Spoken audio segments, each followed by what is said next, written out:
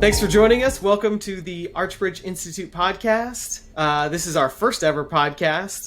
This is a project of the Archbridge Institute. We are a nonprofit think tank based in Washington, D.C. My name is Ben Wilterdink. I am the Director of Programs, and I'm joined by Gonzalo Schwarz, the President and CEO and founder of the Archbridge Institute. So, Gonzalo, thanks for joining me for today's discussion. Great to be here, Ben. Great to be here. It's exciting stuff. So we're going to be doing these podcasts probably weekly. We'll feature some different scholars, some of the people that work with us, and you can check out more of our work at archbridgeinstitute.org. But please like, subscribe, leave a comment, leave any sort of feedback, criticism, any sort of things that you'd like to see. We'd love to hear from you. So just let us know. So to kick us off for today, Gonzalo, we each brought a few topics that we wanted to talk about related to economic mobility and the American dream and human flourishing. So one of the things that you brought up is the American dream itself. So why don't you tell us why that's so important for you and why that's been so animating to the Archbridge Institute? That's a great topic that I like to talk about, or I like to basically live in some sense. So for me, at least, human flourishing, the American dream is one of the best examples of that. And one of the best definitions of it is it's a land where people seek to live better, richer, and fuller lives. And that, for me, it's a great definition also for what could be human flourishing, that we're seeking different things.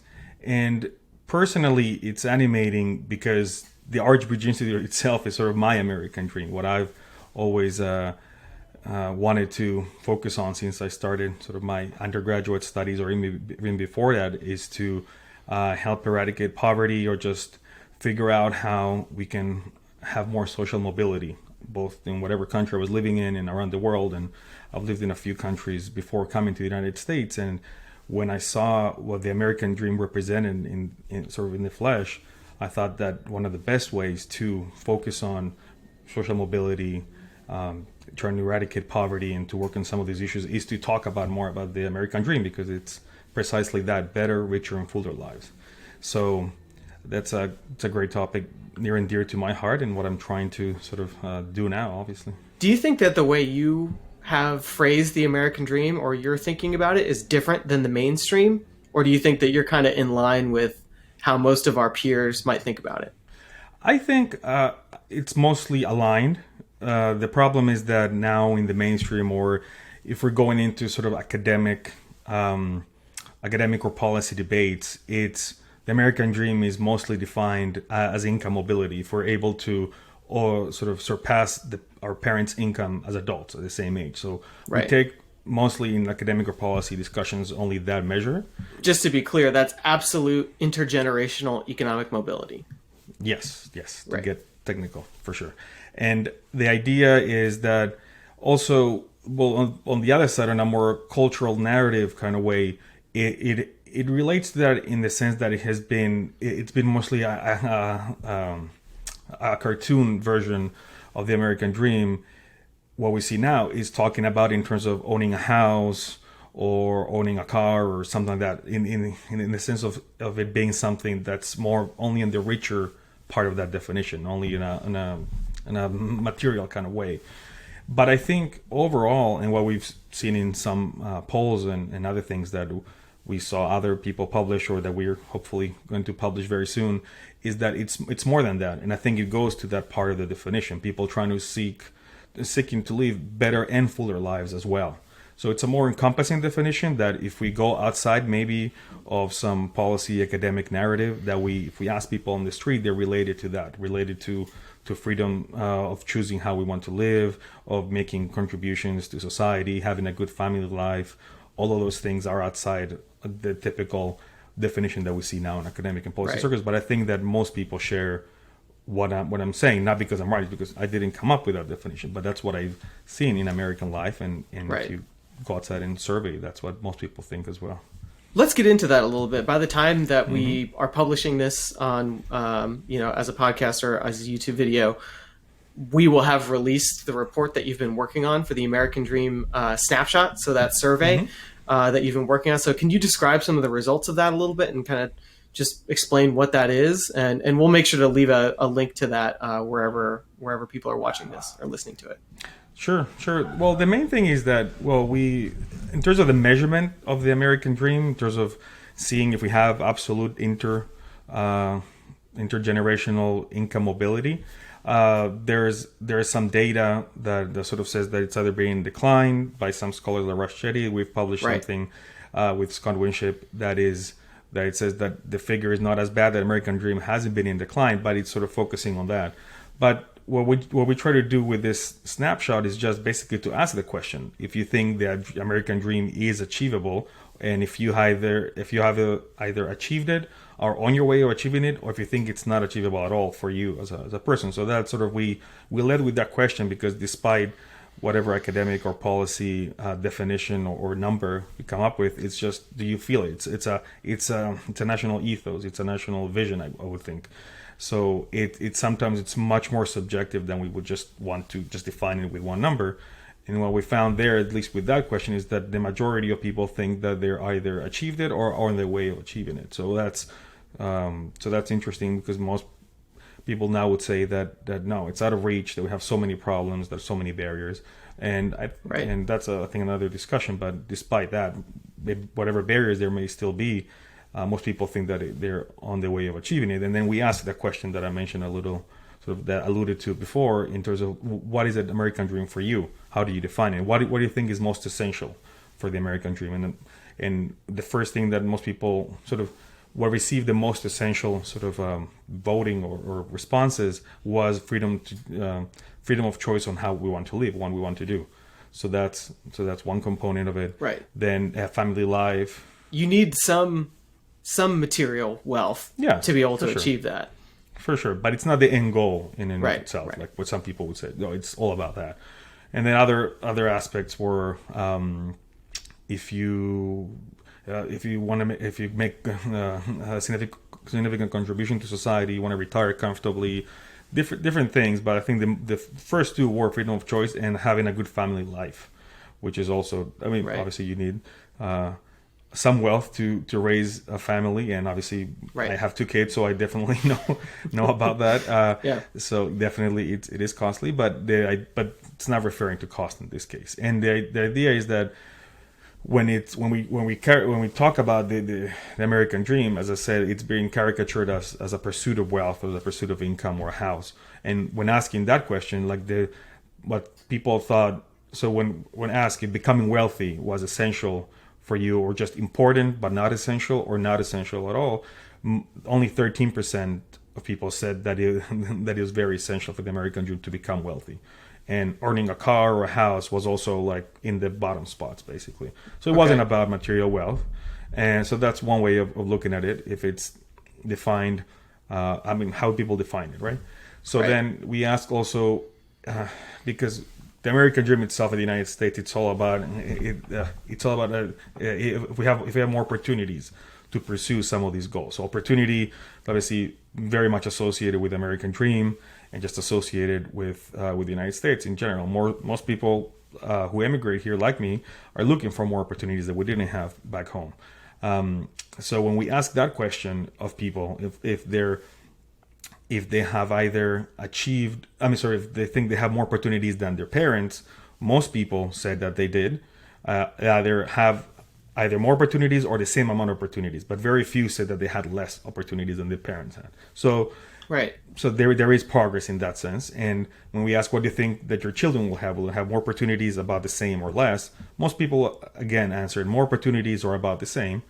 And the idea there is that obviously the American dream, and a lot of the discussions that we see now in terms of a lot of many different issues that make the country very polarized, a big sort of takeaway there is that people think the American dream is not alive, that there's not a lot of opportunities, that things haven't improved that much. And I think survey after survey, we asked this in this opportunity, but in the previous surveys as well, people have said that there are more opportunities. So and in this case, and it was especially blacks said that there were more opportunities. So there's a lot of things that we need to improve, a lot of more barriers that we need to remove. The American dream itself is a pursuit of those goals: better, richer, fuller lives. It's not an assurance. It's a vision statement in a way for the United States. So if people feel that there's more opportunities as time goes by, that's what we should aim for more. So in that case, there are more opportunities. And I think that would be basically it for now. We had a couple of other questions that if you can remind me if I'm forgetting, that would be key for this particular part. But. No, I think that covers like the key takeaways. I mean, what I remember when we got the survey results back, I was struck by, I guess I wasn't too surprised at these results because they are sort of in line with some of the other surveys that have come out from Pew or the American Enterprise Institute in the past few years, but they're so at odds with what we hear a lot. I mean, Raj Shetty and his team at I think it's Opportunity Insights, yes. I believe, and they've done a lot of this research a few years back. They had that really, really thorough, wide-ranging report that basically used census data to look at whether the generation that was born in the 80s was doing better or worse than their parents. And they basically came out and said that, and this is a relative mobility measure, so it's not quite what we've been talking about, but they said that roughly 50% of the people are doing better and 50% are doing worse. And you remember at the time, all the headlines in the New York Times were, the American dream is dead, or at least it's on life support or something like that. And that's a really different perspective than we're hearing from people as they're answering these survey questions. Like as they're actually communicating, they don't think that it's dead, which I think is interesting that there's such a broad gap between sort of the academic picture and what people experience, or at least what people say they experience. So I don't know, maybe part of me thinks that maybe that leads us to say that maybe the academic folks, to some extent like us, are looking in the wrong place, where we're kind of using economic mobility as a stand-in for the American dream, but it's so out of sync with what people's personal views of it are. I don't know how useful it is for us to keep using that measure. Although the alternative, I don't know what an alternative would be, because like you can't really measure. It's very tricky.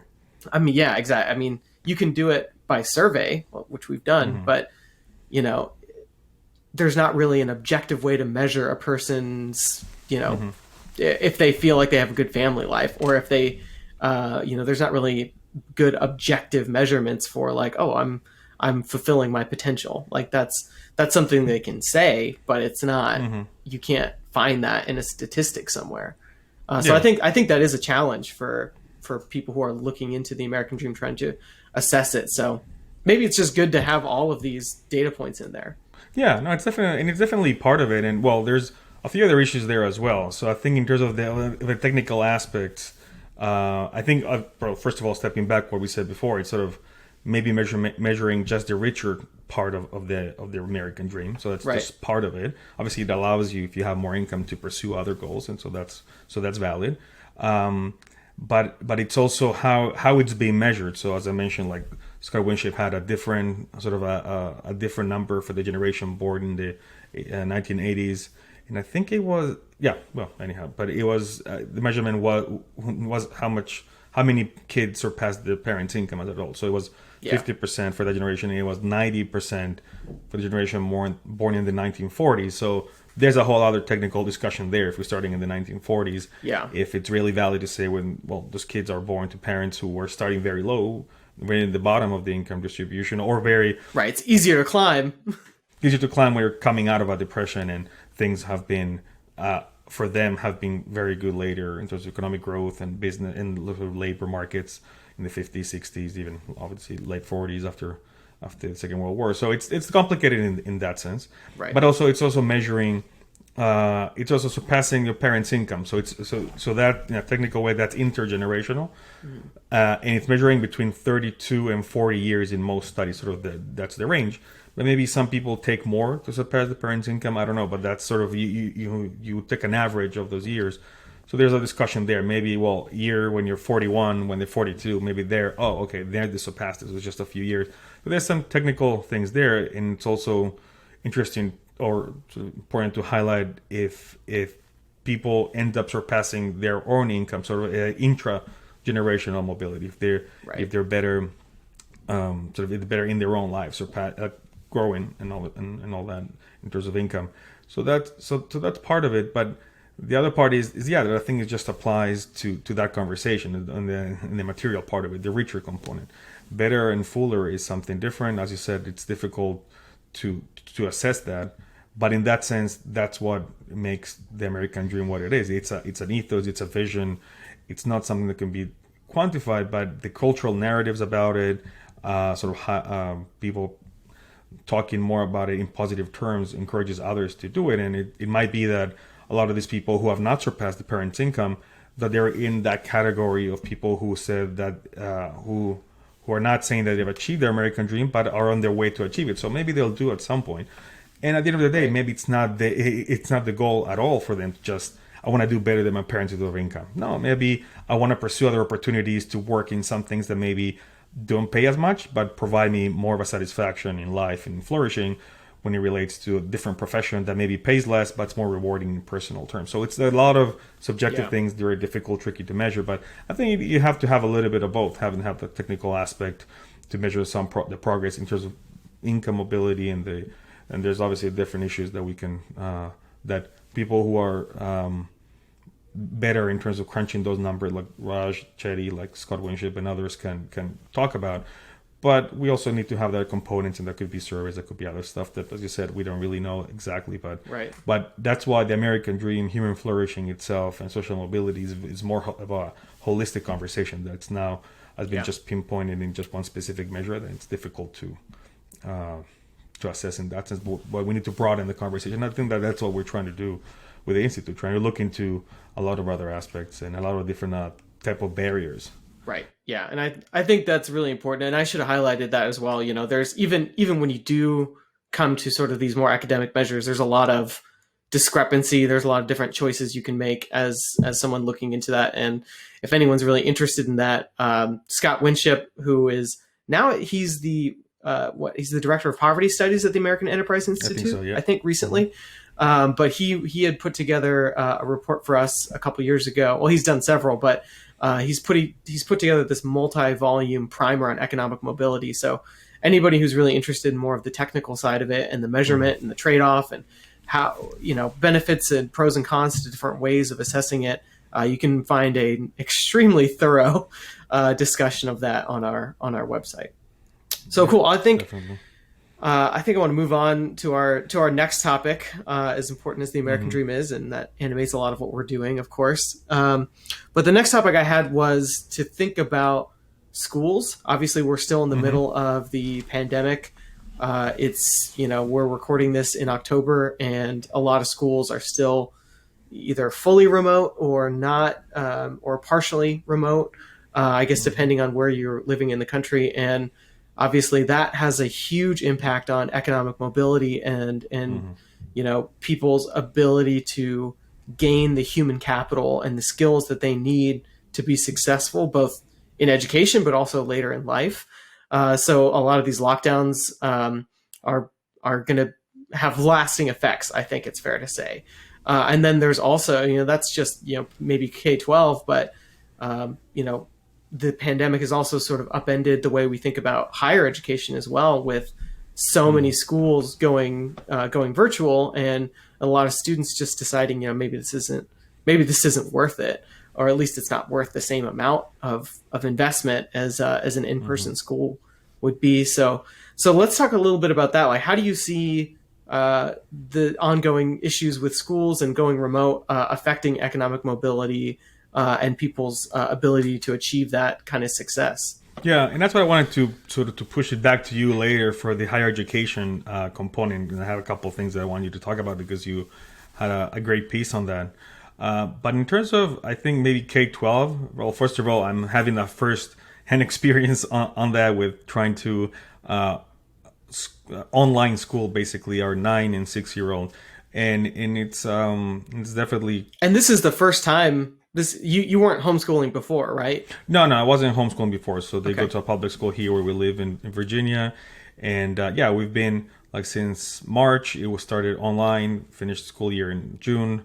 We started back in early September. And now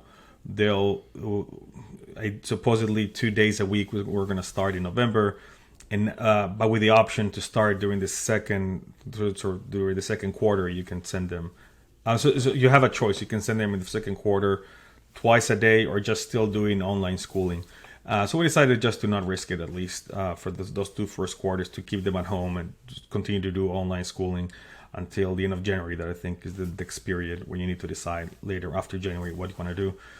So it is quite tricky, and obviously everyone is going to complain about not being able to work while you're having two kids at school, at home. And Right. luckily, my wife and I can work from home, so that's not a privilege that a lot of people have. So then some people do need to go outside and continue working if they're essential workers, and they need to either figure out what they do, obviously, with the kids, either send them to a daycare or just have the grandparents or someone else stay with the kids at home. So we have that privilege. But I think in that sense, it definitely it's impactful. When I'm not going to go into like how, what are a lot of the problems that could happen with online schooling, if it's a better method or not. I think even teachers prefer it to be it in person. Obviously, the pandemic is not allowing us to do it.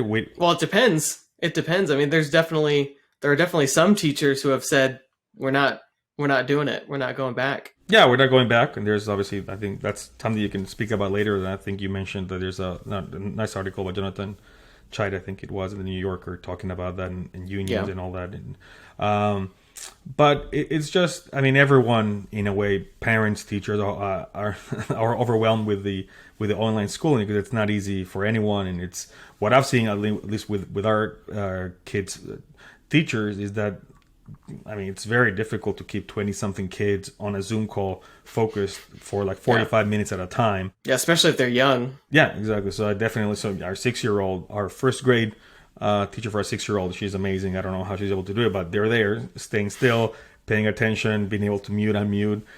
So that's great. And so I feel obviously for the teacher. We'll still need more information. The pandemic still has everything. It's still work in progress. We have some information if there's a lot of contagion or not in schools. I won't go into that, but we still need more information to go back to a semi-normal life in terms of schooling. But what I worry about is obviously a lot of kids are left behind, in the sense that their parents have to go out and they have to do it by themselves, and they can't have the parents helping them at home. So that, and in that sense, what is a huge factor for social mobility is family structure. So besides just parent going to work, some kids don't have both of their parents at home either.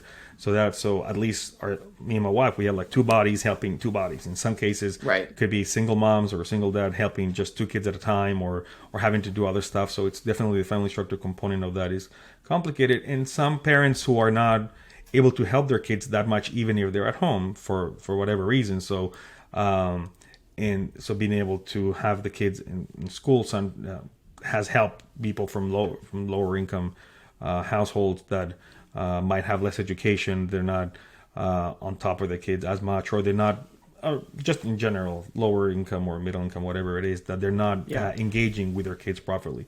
And we have a study a couple of weeks ago by Jim Heckman in the importance of parental engagement for developing skills. Right. And he doesn't go into the K-12 aspect of it, of parents helping their kids during school, but it's just having engaged parents at home helps kids from early childhood, from 0 to 3 to 5, and even later. But that engagement at home matters a lot. So in this pandemic, throwing everyone back having to do online schooling for the most part it's gonna push some kids behind, or increase gaps in inequality, if you care about if gaps in inequality is what some people care about. A lot of parents are able to help their kids or working from home, others they can't. So those are going to be either the same or maybe improve or whatever. Yeah. But for some kids, they're going to be left even further behind. So that creates that gap by not going back to school. And obviously there's very, very tough to control that and all the variables with the pandemic. But that's an issue that I think we need to think about more. And a lot of people have written about it, how the pandemic and online schooling can keep some people behind. But if you want to talk about, I don't know if you have any thoughts on that, but in terms of higher education as well, in that piece. I want to offer kind of an optimistic take on this, and let me know what you think. So I definitely, I don't want to belittle or try to compartmentalize a lot of these very real struggles that especially lower income people who generally speaking aren't able to work from home. Obviously, this is it's a huge disruption to try to figure out how to do childcare and that kind of stuff. And so I don't want to minimize that, but at the same time, I almost think of this a little bit like it's sort of, this is the step back that we need to take so that we can take 2 steps forward afterwards. Because I think part of there was that, I think it was the New York Magazine, Jonathan Chait, that's the article I had sent about this. He had a line in there where he basically said that, a huge majority of K-12 education has been de facto privatized all of a sudden. And so I think that does have implications for inequality and other, it's obviously some parents have the resources, both time and money, to make it work, and some don't. But wouldn't it be a good thing for I think a lot of parents are discovering just what their kids are learning, and they're sort for the first time maybe. And I think that there's a big push now, because there's so many alternatives, online school, learning pods or whatever. I think there's a big push now to allow parents to have more control over the education dollars for their kids. Whereas, we've always had sort of this school choice movement and competition, but it had been making progress. But now we have this external event, the pandemic, that has really kicked all of that into high gear. And so I guess that's what I mean of we're kind of getting to a place where maybe we can take 2 steps forward and be, in a year from now, we can be in a better place because parents will be much more informed about what the learning actually looks like for their kids.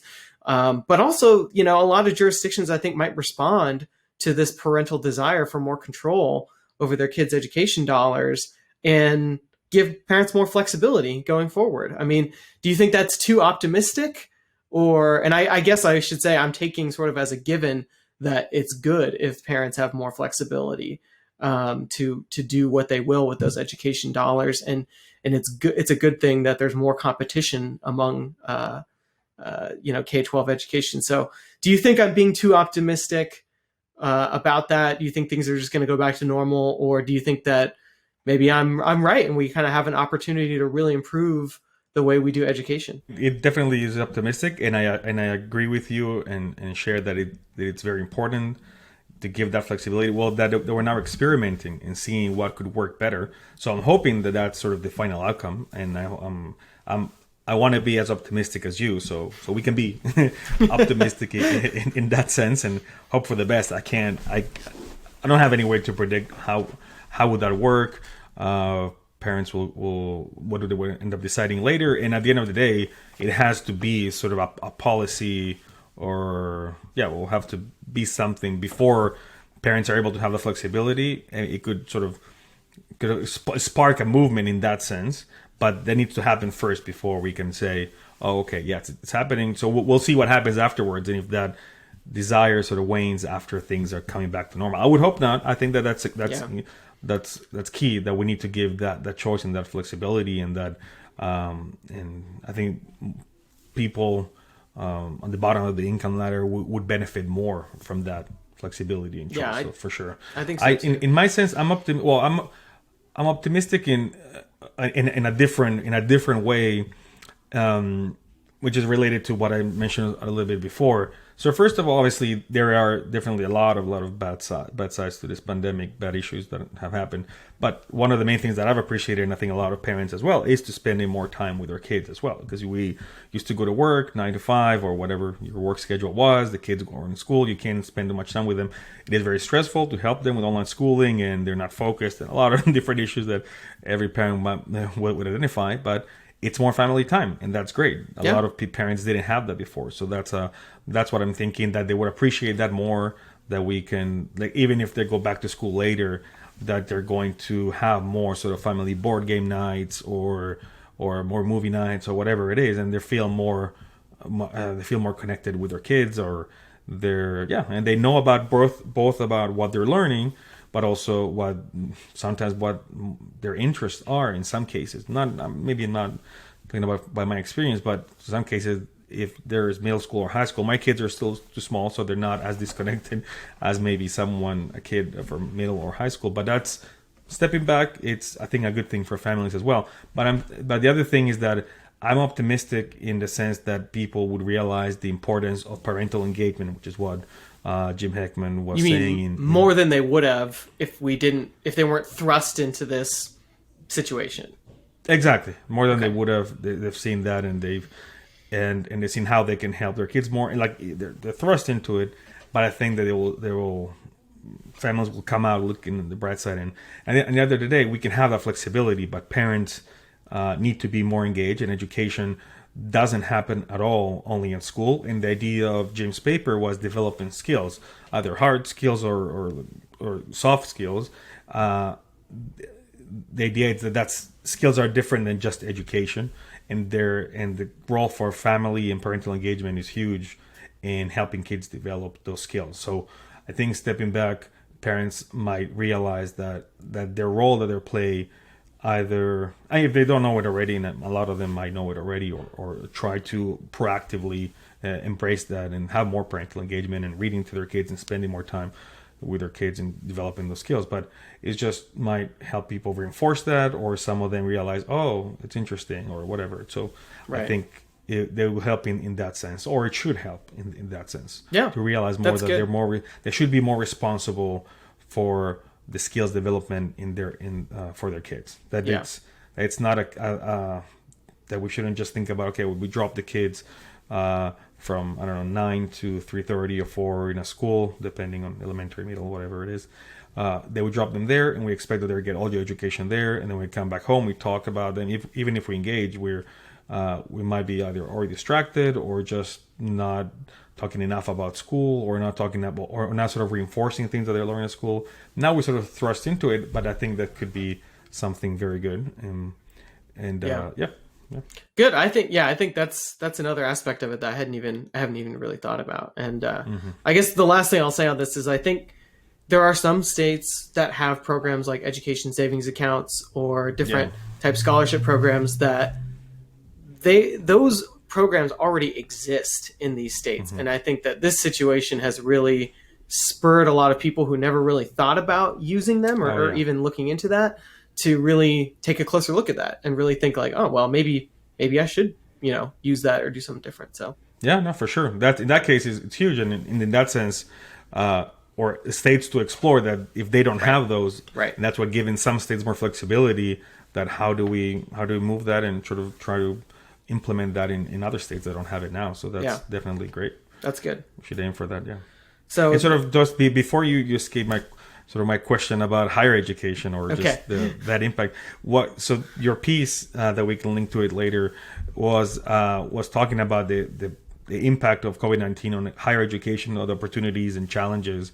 And you mentioned that the cost has gone up. There's grade inflation, degree inflation. I was wondering if you can talk more about that and how has that been exacerbated by the pandemic? Yeah. In one sense, or what could be the opportunity there to sort of talk about more about those issues and try to fix them? Yeah, I'm happy to. I mean, this is, if we have the opportunity and the privilege to keep doing these different podcasts and these different discussions, this is going to become like a hobby horse of mine. But I really have a dim view on American higher education the way it currently is, as you well know. And so I kind of go into this piece for the Foundation for Economic Education. But basically, the point of it was saying that we're kind of stuck in this loop where everyone sort of knows that higher education is not really equipping kids or not even kids, like adults, so not even equipping people that go there with the skills they need to succeed. It's really more of like a rubber stamp, on you, which is something that Brian Kaplan wrote about in his book, The Case Against Higher Education. I thought that was or I guess it's The Case Against Education. But I thought that was a really persuasive argument that he was making. And so, there's a lot of evidence that people are not learning in these institutions of higher education. Grade inflation is rampant. A an A is the most common grade given now to students in all of higher education. So I get into some of that. So we know the students aren't learning, and yet at the same time, there still is a significant wage premium for going to higher education. Or I guess maybe the way I'd phrase it is there's a wage penalty for not going. And that's still very real. And so we still have this phenomena of credential inflation where you have job openings that, 15, 20, 30 years ago did not require a higher education degree or bachelor's degree or master's degree or whatever. And today they are required. So even just to get an interview, you have to have that credential to sort of open the door for you. And it's so in one sense, we still sort of need to go to higher education if you want those opportunities to be available to you. But at the same time, you also kind of understand that it's a farce. Like you're not really learning anything. I guess you could if you tried, but it's not something that, every graduate is equipped with these skills that make them better in the labor market than someone who didn't go. So we're sort of in this cycle. And I was pointing out that, with COVID-19, a lot of schools are transitioning to online education, but they haven't, some of them have, but a lot of them have not significantly decreased tuition. And so I think a lot of people are deciding, I could watch a YouTube video for free. I don't need to spend, thousands of dollars to be on Zoom calls all day.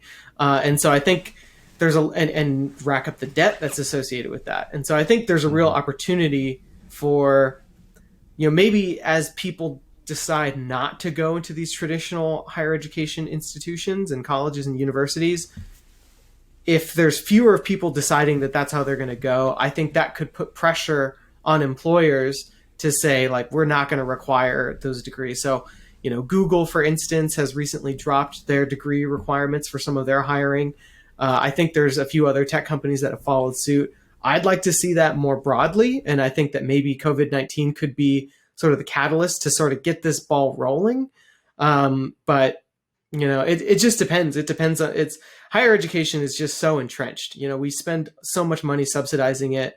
We'll have to see how it goes, but I do see a glimmer of hope there that maybe a big disruption like this could kind of fundamentally change the way we think about it and the way that we do things there. So, but yeah, anyone who's interested, I'll make sure to include that link as well. But shifting gears away from education a little bit, even though I think so, I outlined some reasons for optimism.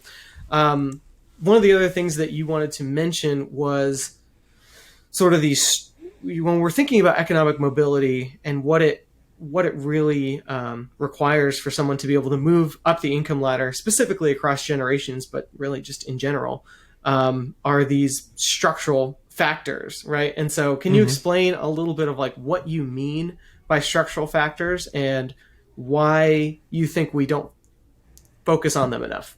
Yeah, so that's the distinction. Structural factors, and issues are present in other areas of research and inquiry, and I think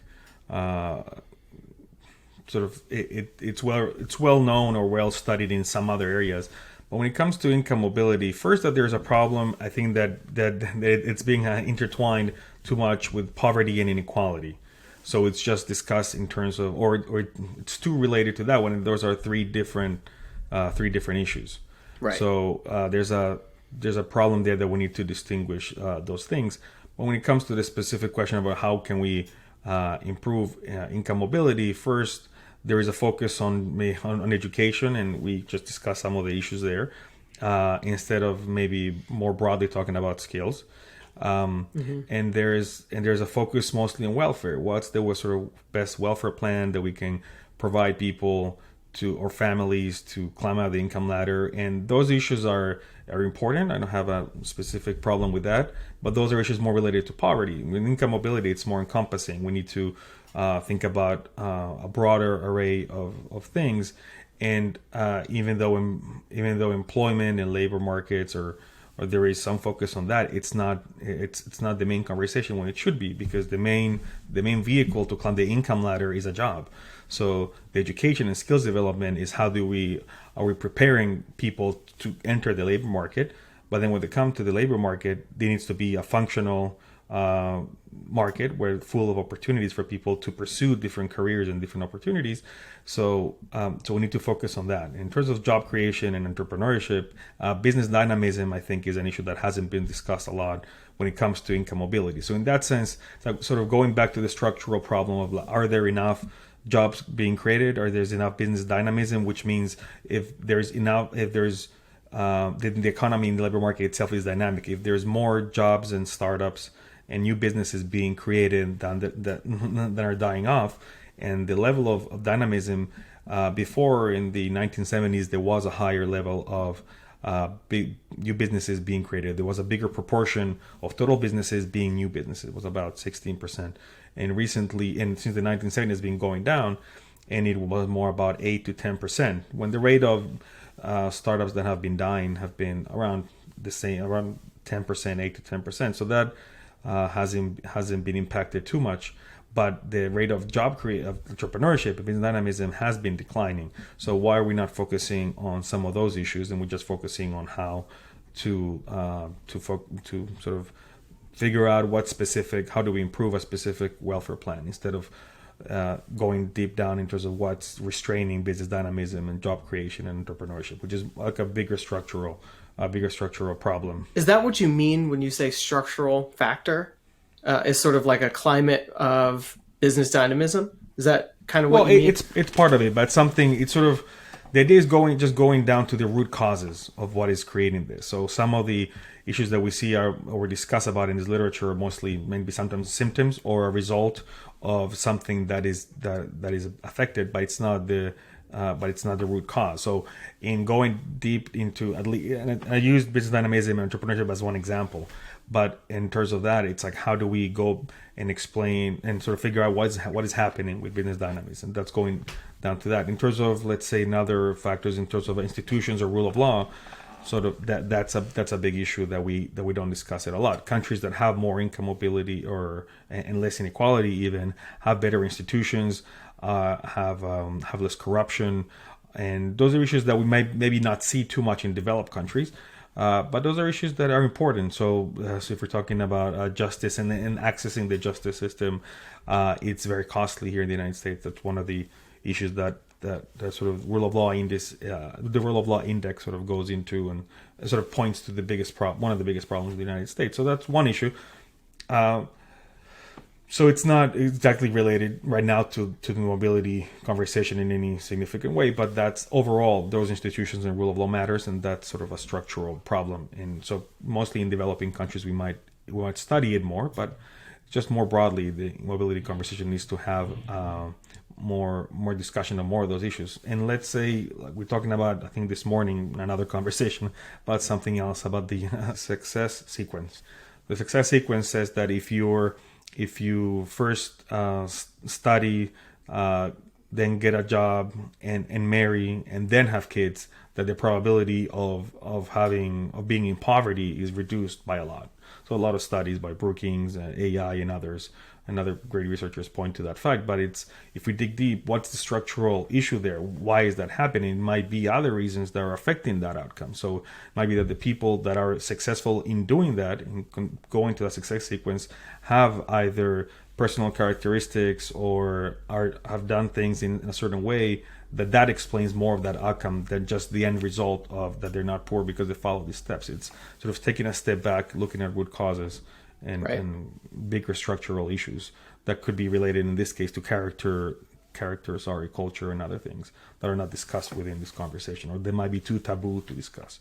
Yeah, I mean, I definitely, as we've been working on a lot of these topics the past few years, there's definitely a sense that some of these issues are very taboo to discuss, which is, I think too bad, because I think a lot of it, as a lot of the people that we work with, and even you yourself, more economics focused, and we're very focused on show me the numbers and the econometrics and stuff. And that's good. That's, we want to be informed. We want to have evidence. But it does miss a lot, I think, in terms of, I think we're more recently, I guess you could see, sparks of this in the literature for the last, 30, 40 years even, but maybe more so now.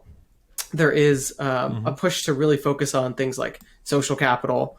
How many connections do you have? How many people do you know? What's that one phrase where it's like, it's social capital is, how many people do you have that you could call at 3 a.m. if you're in jail or something like that? That kind of stuff. Do you have someone that can watch the kids if there's some emergency that pops up, or, something like that? That's a bit harder to quantify, although there have been some attempts to do so. But this is sort of tied up in the decline of religion and religious institutions more generally. Although there have been some exceptions. For instance, there was some great work from Megan McArdle a few years ago looking at economic mobility across the United States, and I think to no one's real surprise, probably the best county or city, or however she was measuring it, for economic mobility of specifically people who are born into the bottom quintile of the income ladder and aren't able to get out of that, was in Utah, and specifically in Salt Lake City, Utah. And so that obviously that stuff has a lot to do with these issues. And so I think that, it's always good to make that case. This is sort of the two sides of the coin here, where we're thinking about, what are the ingredients that enable someone to climb the income ladder. And so I think that's just, we need to focus on that stuff more. And just because it's not tangible in a way that some other statistics are, you can't ignore it. And you're right. In that sense, maybe we can go into the other topic I wanted to ask you, because our mission is lifting barriers to human flourishing. And in those barriers, we can discuss more artificial barriers that might be some of those structural issues that I was discussing, that might be solved by some sort of policy lever or policy idea, but that there are other type of barriers that are more natural, that we call them natural barriers, that are more personal in nature, more cultural, that are more related to social capital and other issues that more people have been studying lately. And I think in the work of some others like Lynn Lowry or Stephen Dorloff or others, I've talked about social capital in this conversation. But sort of, I think, that's what I wanted you sort of to address, to talk about how do we make that sort of the distinction between what types of barriers, and in what cases we could have good economic models, policy ideas, but that we won't get anything close to a solution if we don't sort of work on other types of barriers that might not be, that are addressed by other independent sort of sector nonprofits, sort of on the ground direct services working on helping people on those issues. But sort of stepping back, how is that distinction that we like to make, and that you had a great article about that hopefully we can link later in the in the podcast page. Yeah, I'll put a link to it. And so what you're discussing is, I think the terms I used are artificial and natural barriers, but I've heard some people use external and internal. Like there are a few other ways that you could kind of think about it, but basically it's, there are some barriers that are imposed from the outside, right? So for instance, we know that excessive occupational licensing regulations hold back job creation. They hold back employment growth. We have lots of evidence to that effect. Occupational licensing regulations are an externally imposed barrier that is usually imposed on the state level. It's a state government issue. And that's something we should address, and we should really be serious about, removing those whenever we can and whenever it makes sense to. But then there are the natural barriers, which are not imposed from a government or a state level thing, but it's just, a kid growing up in a situation where they don't have a lot of parental engagement. Or for instance, maybe it's a person who has had bouts of drug addiction or homelessness or something like that. Like that's not necessarily something that has been imposed on them from the outside.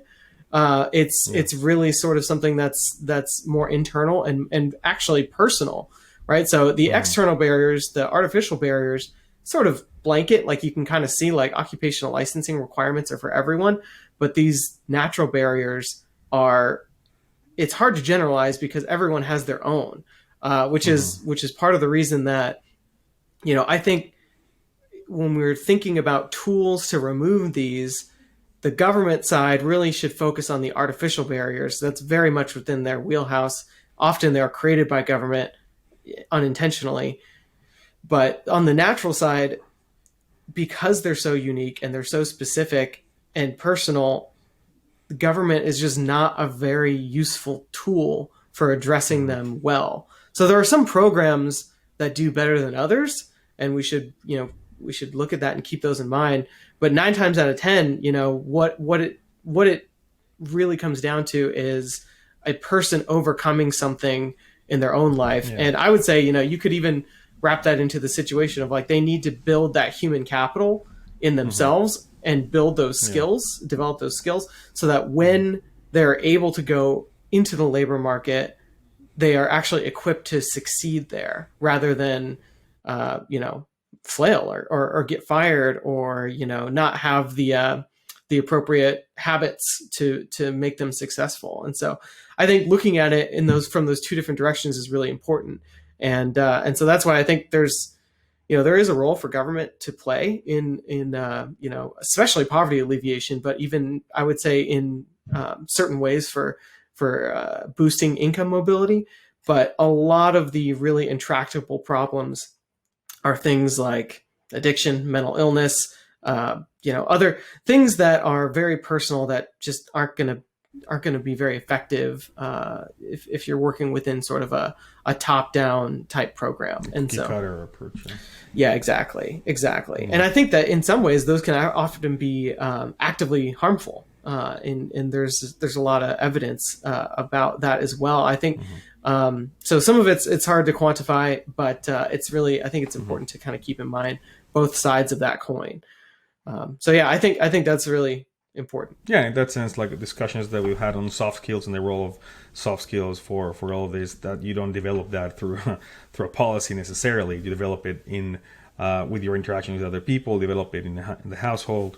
So those are things that we can't really like apply any sort of top-down solution to. But at the end of the day, it's not something that you also, even though it's personal, you can have sort of people helping you, which is the sense of, which is what sort of thing surrounds the discussion on social capital as well, that you have circles of friends, circles of other people, even including your family, that you have a good family structure as well in some sense. But just even if you don't, outside of that, that it's not that necessarily that we want to say it's personal, so no one can help you, or you can't, or you just have to figure it out by yourself. It's just like, no, I mean, there's things that a lot of people can help you in some sense if you seek and search for that help. But at the end of the day, you need to have the personal agency to overcome whatever problem you have. But it also can be through increased social capital and communities that can make that sort of path to more personal agency and overcoming personal or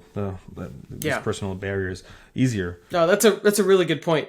Personal does not mean individual, as in like you have to get over it yourself or pull yourself by the bootstraps or something, but it is meant to say that a lot of these blanket programs are going to be less helpful than a one-on-one or involvement in an actual community, because when you have a personal relationship, whether it's with some certain individuals or you're part of a community group, whether it's religious or just like a local area or neighborhood or whatever it might be, people know you, you know them. There's a sense of reciprocal responsibility.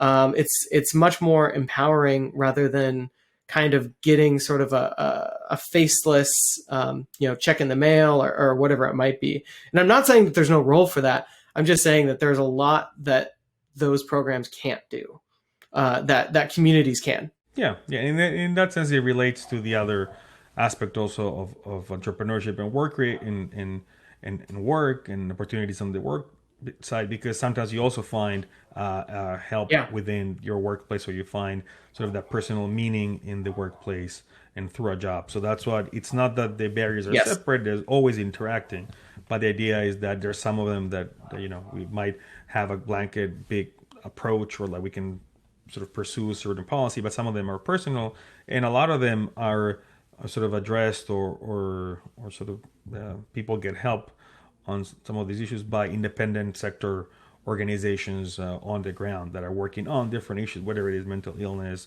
drug addiction, or other issues. We need to sort of have a broader view as economists in particular, maybe, but as a society as a whole, that how all these things interact, and how we need to have we need to have different approaches and different players helping at the same time. And there's a lot of independent sector organizations that don't get maybe the credit they deserve for helping in some of those more personal situations, even if it's related to the family structure situation, helping single mothers or anything like that, that are more, that it's not only about giving sort of a welfare check or giving something material, but also helping people through some of their worst moments. So we need to think about that. The whole point of it is think about barriers in those different variants to have a broader set of potential ways to help people. But in that sense, also there is the issue of personal agency, and I want to know if I want sort of taking away the moderator's mantle from you for a second, sort of push that question on you on that topic, because you've written lately about agency and the importance of personal agency for social mobility, for sort of society as a whole, and how is that agency is impacted, and maybe if you can define it first a little bit, of what we mean by that, and sort of how it's helpful for individuals, how the cultural attitudes toward agency in a society might affect that as well. So if you can go into that, that'd be great, because there's great work on that we've worked with Glenn. Glenn Lowry has talked about it a little bit. We have hopefully something upcoming with him as well. But our senior research fellow, you can talk more about him, about his work, Clay Routledge. And then with Ian Rowe recently from AEI had a great report on that as well. So I don't know if you can talk more about those issues. Yeah, I'd be happy to. So we'll link to all this stuff too, so you can kind of check it out. But basically, the idea is, I define agency the way that I like Clay Routledge's definition. Our colleague, who is a professor of management at North Dakota State University, but he's also kind of an expert in existential psychology, and he's done a lot of work on meaning. And how meaning interacts with people's lives. And recently he's been sort of looking at how meaning can be motivational in addition to being sort of an outcome type measure. Mm-hmm. But basically it's a personal belief, agency. Agency is a belief that someone can seek and achieve and participate in a meaningful life, right? And so it's sort of like my choices and my decisions matter. Is really the core of it. And so like you were referencing, Ian Rowe is an American Enterprise Institute scholar, but also an educational entrepreneur. He ran a bunch of private schools, and he's had kind of a long career in some of this stuff. And what really got me thinking about this was his recent report that came out just a few weeks ago from the American Enterprise Institute, talking about how it's important to incentivize individual agency to empower people to move up the income ladder. Which I think is so important, because there's a lot of voices out there who are saying, you can't, because of, the most often one that we see is, the United States is a structurally racist country. And so therefore these gaps between the achievement of blacks and whites are insurmountable. And basically because of your identity, you are doomed to failure. And so I think the corollary to that they never really say explicitly is, so then why even try? And so Ian really took umbrage at that and really pushed back on it and sort of identified several ways of which, it is true. Like, so for instance, someone that follows the success sequence, which is basically, graduate high school, get a job and start working, make sure that you get married before you have kids. if you follow that sequence, like it's almost 98% of people that follow that sequence are never going to be in poverty, which is, maybe it's a little intuitive for some people, but I think, it's a message that says what you choose to do with your life and how you choose to structure your life really matters. And so it's not, it's sort of putting that control back in the person. It's putting it back on the individual, which I think is absolutely key. And so, to get to your point, the piece that you were referencing that I wrote was basically making the argument that, if you're out there, if from the heights of our culture, our newspaper of record with the New York Times, or, a lot of other institutions that work on these issues are spending so much of their time saying, you'll never succeed. These racist institutions are such that you have no room to maneuver in them. No matter what personal choice you make, you will never be able to succeed. That really, don't be surprised if people take you seriously. And if someone really did take that seriously, if they really believed that, then they wouldn't. Why would you try? I mean, if I really believed that, I wouldn't try. I mean, I think a lot of people, hear that and that really saps out, their ability, their willingness to work hard and to overcome the obstacles. And for sure, there are obstacles. But when you're saying that you can never overcome them, if someone believes that, and they don't try, it becomes sort of this self-fulfilling prophecy, so it's because I didn't succeed because I didn't try, and I didn't try because I knew I couldn't succeed. And so it's just like, well, you're assuming the conclusion already before you've even embarked on this. So and related to that sort of, if what you're worried about in that sense, it's that gap between either black and whites or poor and rich, and however you want to do, whatever gap you want to highlight. If you're saying that you can't do it, I mean, personal agency is very intrinsic to every person. Culture and things around you can definitely influence it. So definitely how you talk about it is important. But it's still intrinsic, and some people will still have that regardless if you tell them that. So they'll be okay. But if you're worried about the person in the bottom of the income ladder, and you want them to, and you want that gap to be reduced, there is some things that you can definitely do in terms of policy or taking out barriers that are very artificial in nature, Jim Crow laws, and whatever it is you want to focus on. So you can do that, and obviously we don't have some of those laws now, but whatever it is, we can take those things out. But then at the end of the day, it's that person that needs to climb up, that we were talking about before, some of those things, about some of those issues. So if you say that it's not possible, while a lot of people who are saying that it's not possible are actually on the top of that income ladder and have achieved a lot of success, which is very ironic, but or troublesome in that sense that you were able to achieve it, but you say that others that they can't. But at the end of the day, the person who has personal agency won't listen to that message. It's still going to fight. It's still going to think, like what you said, that they are in control of their own lives, take the right choices, or be responsible for bad choices, and they're going to be okay. If the person that you're telling that it's not going to work and they're in the bottom and they're not even going to try, the problem that you're trying to address, that gap in that in unequal outcomes, it's going to be even worse, because the person who has it is going to continue, or at least they're not going to fall behind, because even if they're not moving forward, they're at least staying put because they're still trying to overcome whatever barrier it is, and they're going to be okay in some sense, no? But that person at the bottom, if they hear that message that it's not possible, they can't change anything, why would you even try?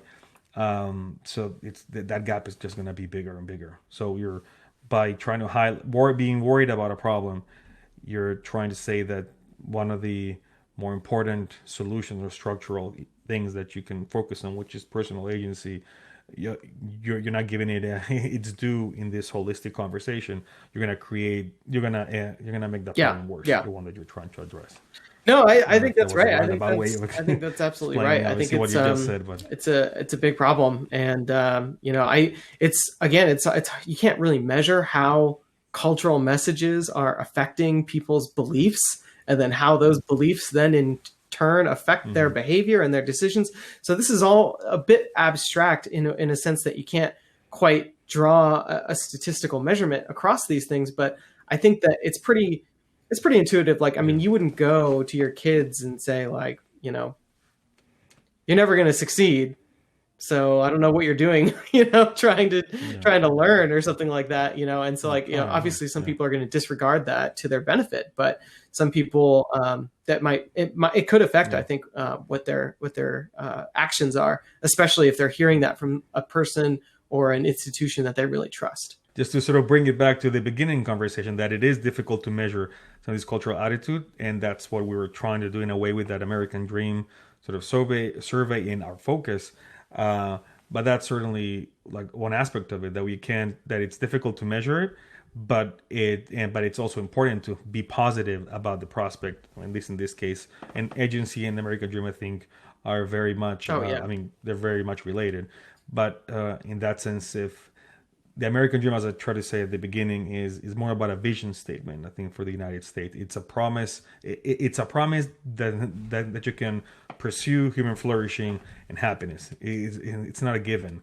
So even though there are a lot of obstacles, even though not a lot of people have achieved it yet, that prospect of, yes, you can do it, or you can strive for something bigger to live better, richer, or fuller lives, that needs to be, in the cultural narrative, that needs to be discussed trying to discuss in positive terms and highlighted, because even though not a lot of people are going to achieve it now, the country itself and that vision statement of the United States, the American Dream, has gotten better in time and will continue to get better despite whatever barriers are still there for people to achieve it. So it's just that the narrative around it, around that ethos of the American Dream, needs to be